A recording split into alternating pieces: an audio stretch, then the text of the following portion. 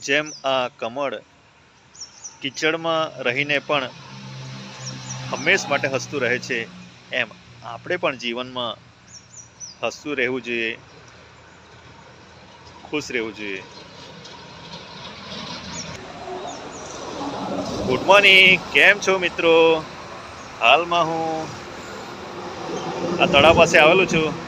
સરસ મજાનું તળાવ છે અને તળાવમાં કમળના ફૂલો છે અને કમળના ફૂલોને જોઈને બસ મનમાં એવું જ થાય છે કે આવા કીચડમાં કે આવા પાણીના વચ્ચે રહી કમળ કેટલું સરસ મજાનું ખીલેલું છે અને હસતું જેવું દેખાય છે.